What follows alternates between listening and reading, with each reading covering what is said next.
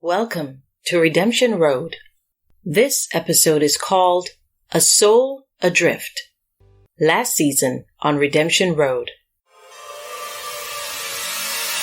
It's official, folks. Dominica's new Prime Minister will be the Unity Party's leader, Reginald Black. I want you to spoil them for me. All them that kill my child. And especially curse that Pastor Felix. I can't believe he has the nerve to waltz in here and sit like everything is just fine and dandy. I hate my husband. He's cruel. Where are you going, woman of Samaria? Consorting with idol worshippers.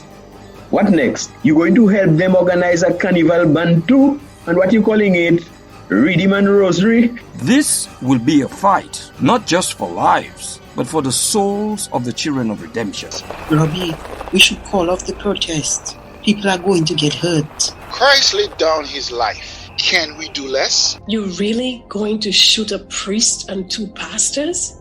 What do you want, you witch? Everybody, take cover. Hey! Lord, protect us! And now, Season 3 of Redemption Road.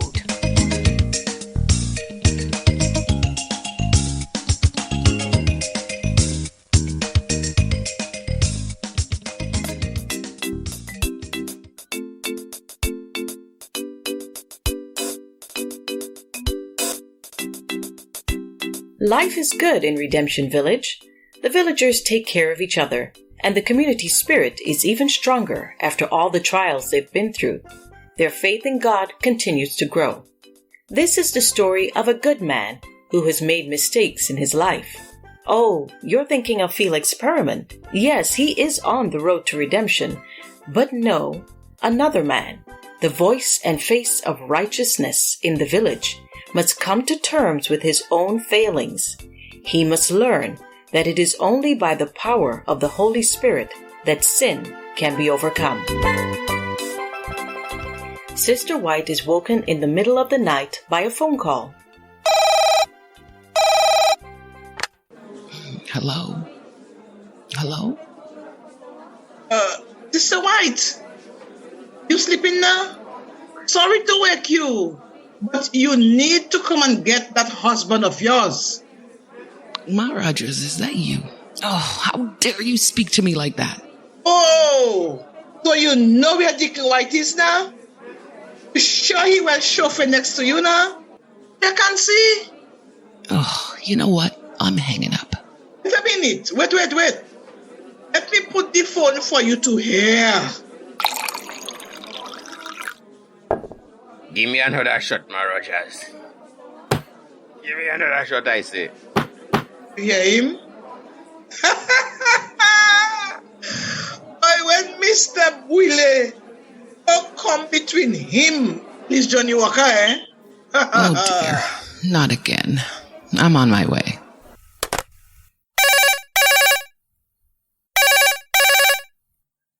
Hello, Mom. It's after 3 in the morning. What's wrong? I'm okay, but it's your father, Robbie. You gotta come and help me with your dad. I can't believe he's embarrassing me like this. Please go and pick him up at Ma Rogers' bar. I can't even begin to imagine what people must be saying. What's going on? Why would he be there? Oh, he's there, Robbie, because your father is a drunk. He's been one for years, but lately he's gotten worse, and I can't deal with it anymore. You know, I cannot believe that woman called my house and spoke to me like that. What gives her the right? The wee hours of the morning find others on the streets of redemption, including the son of former Pastor Felix Perryman. Keith Perryman is in bad company. Come on, man, Keith. Let's head down Roseau. I hear you have a spot where they have nice girls dancing and thing. If you have money, those girls treating you real good. Know what I mean? Nah, I good. After study, I go in for the SATs. Girls? Keith don't like girls. How you mean, man? Of course you like girls. Bye. Not true, Keith. Keith. See you guys. What, boy? Keith just go away. Fella, I telling you, I never see Keith with a girlfriend. He doesn't make break. He just shy, man. He's a pastor's son. He's just quiet. I see lots of girls talking to him already. You saying that? Go and ask those girls if Keith ever talk romance with any of them. See what they say. Redemption Road will return in a moment.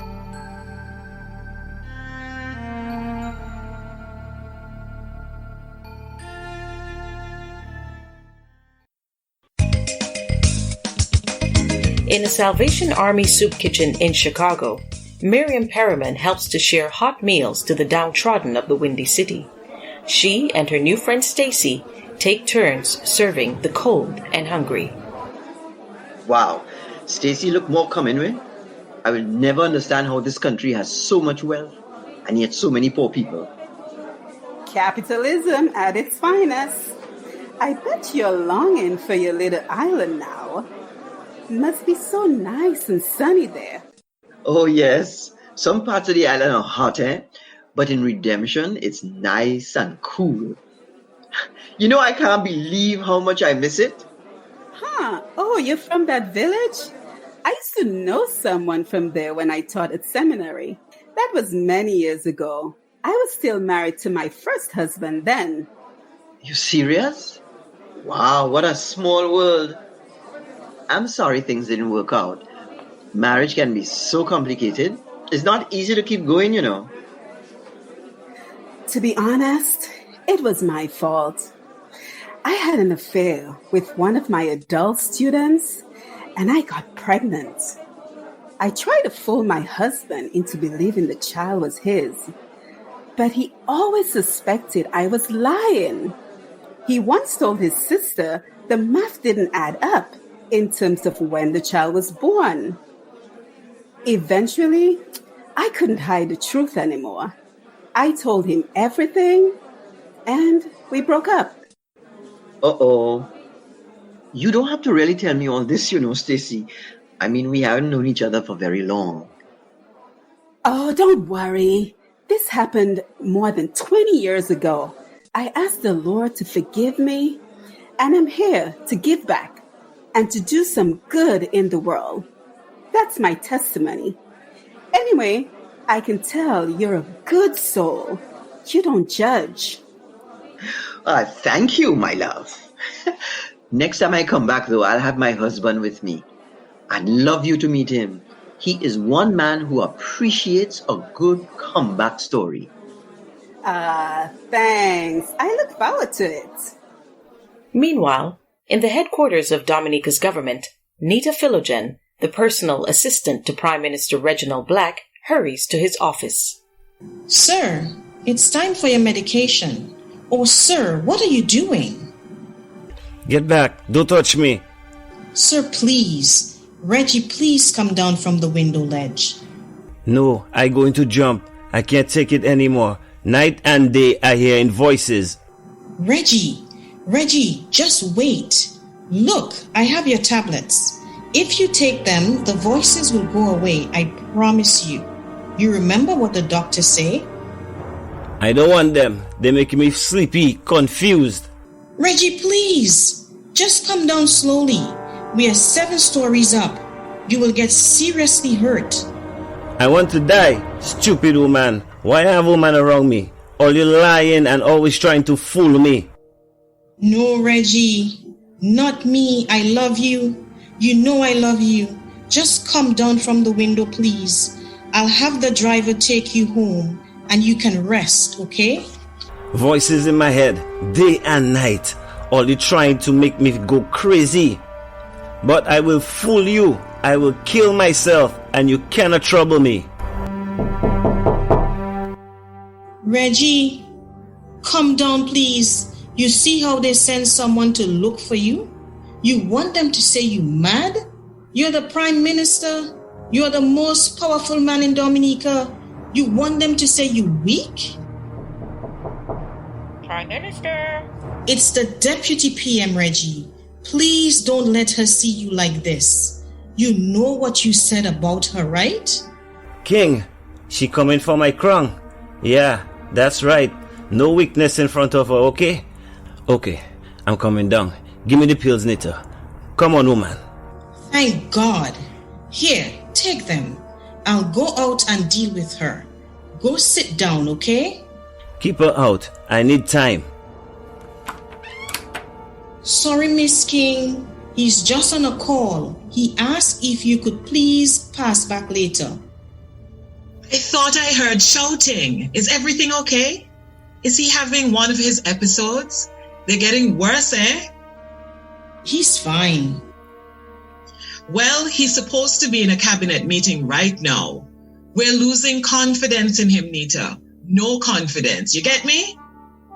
I have to get back to work. Excuse me. Hey, Reginald, you fruity like Fruit Loops. Your days in office are numbered, my friend.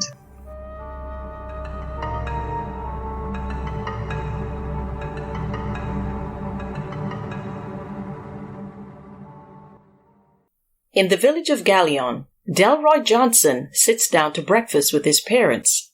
It's the first time they've shared a meal in 20 years, but it's not a joyous occasion. Suddenly, the senior Johnson addresses his son, almost growling at him. When are you going to get a job, boy? I am working on it, sir. You're working on it? 3 months you're in my house, doing nothing. Harry! Don't call my name. The boy just come back home, Wayne.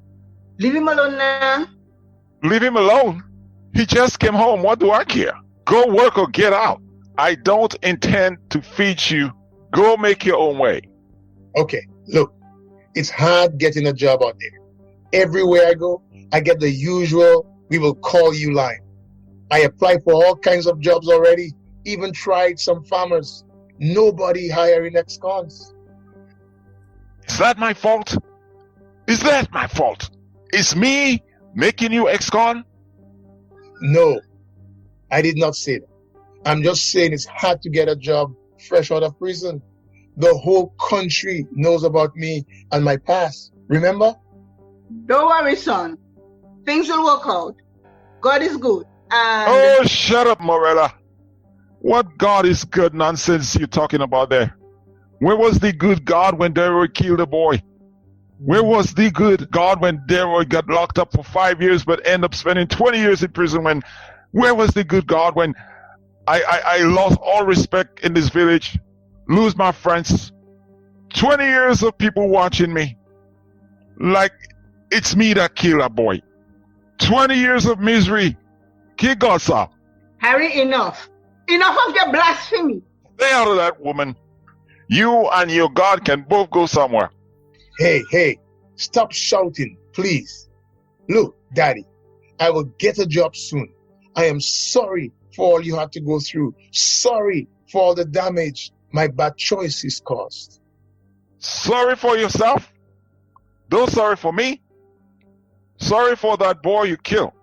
Stop it, Harry. He did not mean to kill that boy. You know well he was just defending himself. Defending himself? Then why they lock him up for 20 years? I made a serious mistake. I took a life, and even if they didn't lock me up, I still have to live with that mistake for the rest of my life. I don't need you to remind me of that every day. God has already forgiven me, and that is all that matters. Is only one mistake you remember making? Let's see. You leave my house without my permission because you did not want to work. You thought you were better than a farmer. And you thought you were a big man. You want to kill me too then? Well, Mr. Boxer, Mr. Killer, you will not kill me. Not in my house. What foolishness you talking, Daddy? Kill you? Why would you say such a thing? Why would I want to? Yes, that is what you want to do. You and that foolish woman. All you're looking for is inheritance? Well, you should know there is no inheritance. And if there was, I would burn everything before you get it. Before I die, I am selling my land and burning the money. That's how far I will go to make sure the two of you get nothing from what I alone work for. Nothing! Wow. You are something else. What kind of father are you? Better yet, what kind of a husband are you? You never ask yourself why I wanted to leave at 17 and go on my own. You never realize it's your drunkenness and vieille manière and your patmation state that make me run away. It wasn't that I didn't want to work as a farmer. I like farming, in fact, but you made it impossible to enjoy the work. You think you lose respect and friends because of a mistake I made years after not setting foot in your place? No, you cannot lose what you never had, old man. You better shut your mouth, boy. Delroy, Harry, stop. Please stop it before all you say or do things, all you cannot take back. I tell you, stay out of that, woman. That is between me and that stupid son of yours. Is you that stupid? So. All right. I will leave. I don't need this. You can keep your land and your money. I want nothing from you. I want nothing to do with you. No, Delroy, please, don't go. Your father don't mean those things he's saying. He just upset. It's okay. I don't mean it. Shut up for once in your miserable life, Harry. Shut up. No, Mom. It's not okay. He means it. He never liked me. I'll go. But where you going? You don't have to go, Delroy. This house is not the father's house alone. I have a say too. What kind of say you have? When you're paying the bills in my house, then you have a say? Until then, shut your mouth. You're just leaving here because I say so. You have no say. Delroy, pack up and get out. You're not my son. Get out! Vieux bourreau, méchanté. Sorry, Mom. Redemption Road returns in a moment.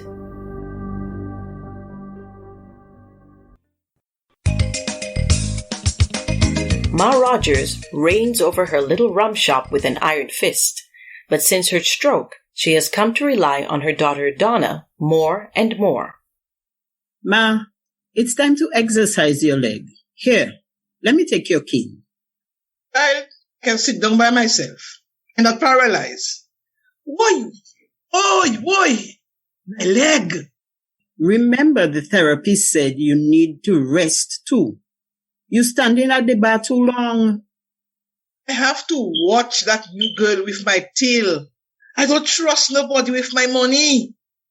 You see that JC there that take all my money? You're just making your pressure rise.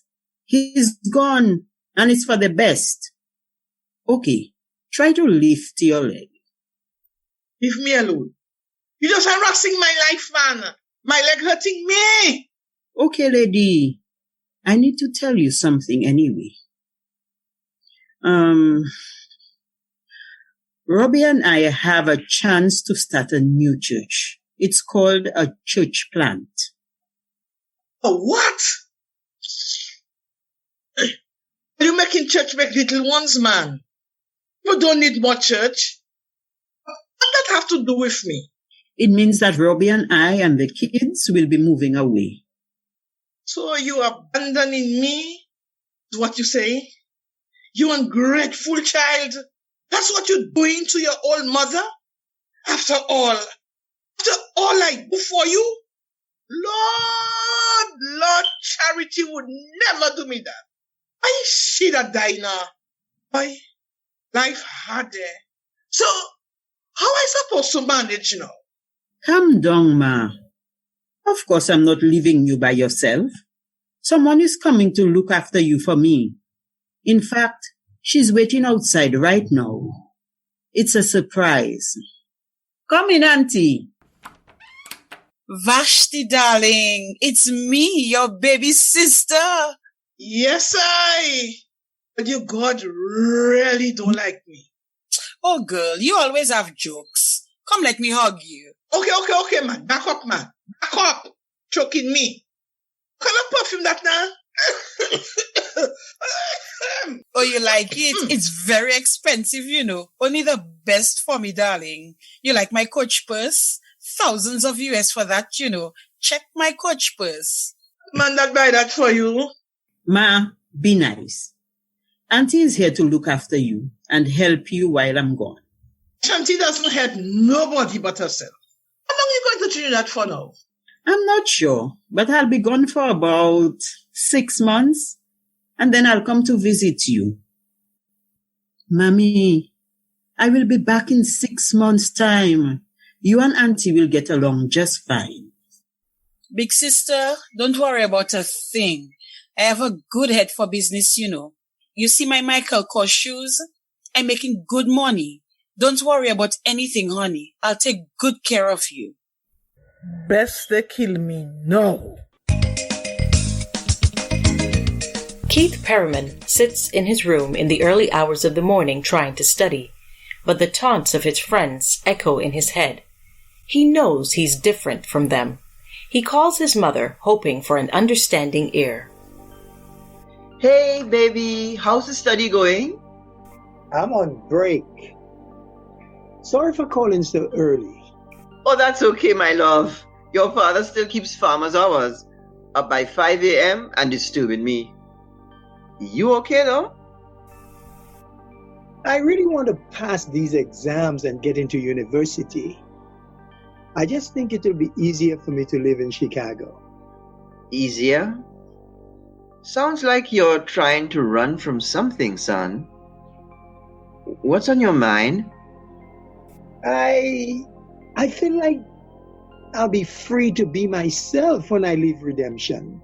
People don't understand me. They think I'm soft.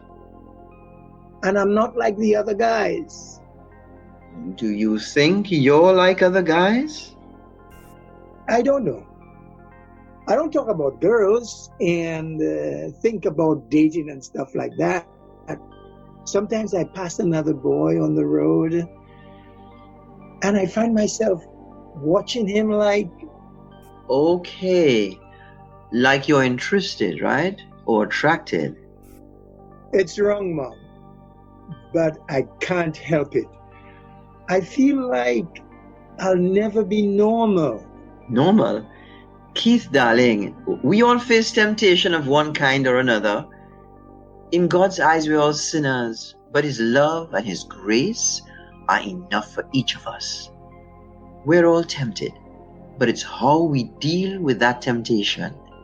That is what defines us as followers of Jesus. You're not disappointed in me.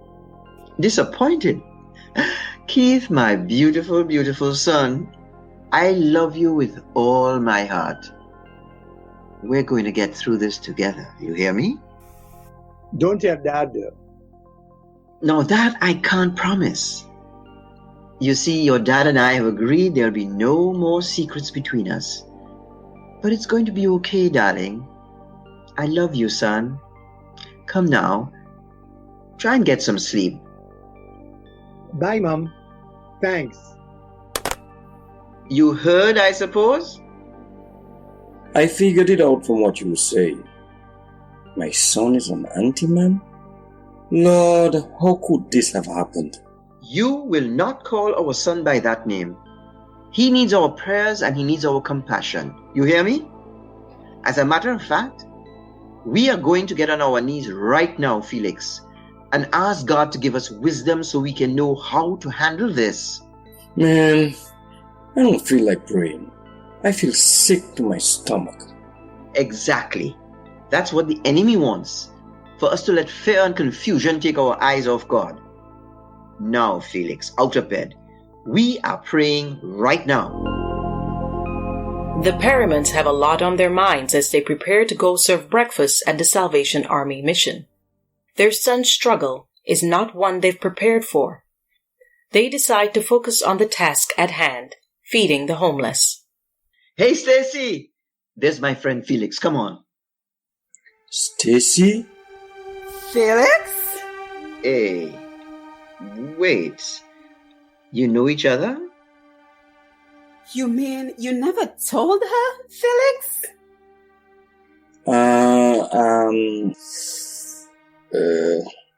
Stacy? How do you know my husband?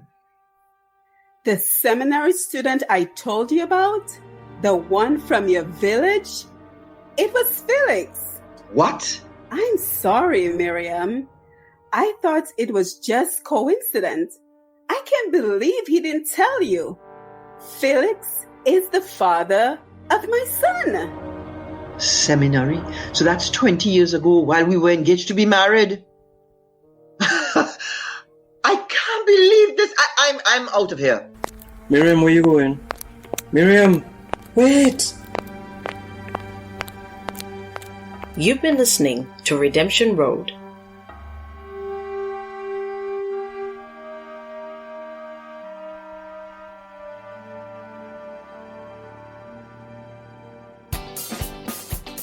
Our cast. Felix Perryman was played by Ronald Deschamps. Miriam Perryman was played by Amma Harris. Stacy was played by Simone Matthew. Delroy Johnson was played by Cuthbert Joseph. Harry Johnson was played by Julian Antwine. Morella Johnson was played by Catherine Dorset. Sister White was played by Paula Leighton Loblac. Deacon White was played by Clayton Flora. Regina King was played by Marcella Andre. Nita Philogen was played by Diane Roberts. Ma Rogers was played by Noreen Joseph. Ashanti Rogers was played by Ferdinand Frampton. Donna Rogers was played by Delia Cuffy Weeks. Reginald Black was played by Novelist Blanc. Keith's friends were played by Ron Sanford and Sam George. Robbie White was played by Alvin Lewis. Redemption Road was written by Sam George and Nicole Georges-Bennett. This is a work of fiction. Any resemblance to actual events or locales or persons, living or dead, is entirely coincidental. Redemption Road is a Life 101 Radio and tdnradio.net production. Please join us next week for episode 2 of this compelling drama of despair and restoration through the grace and love of Jesus Christ.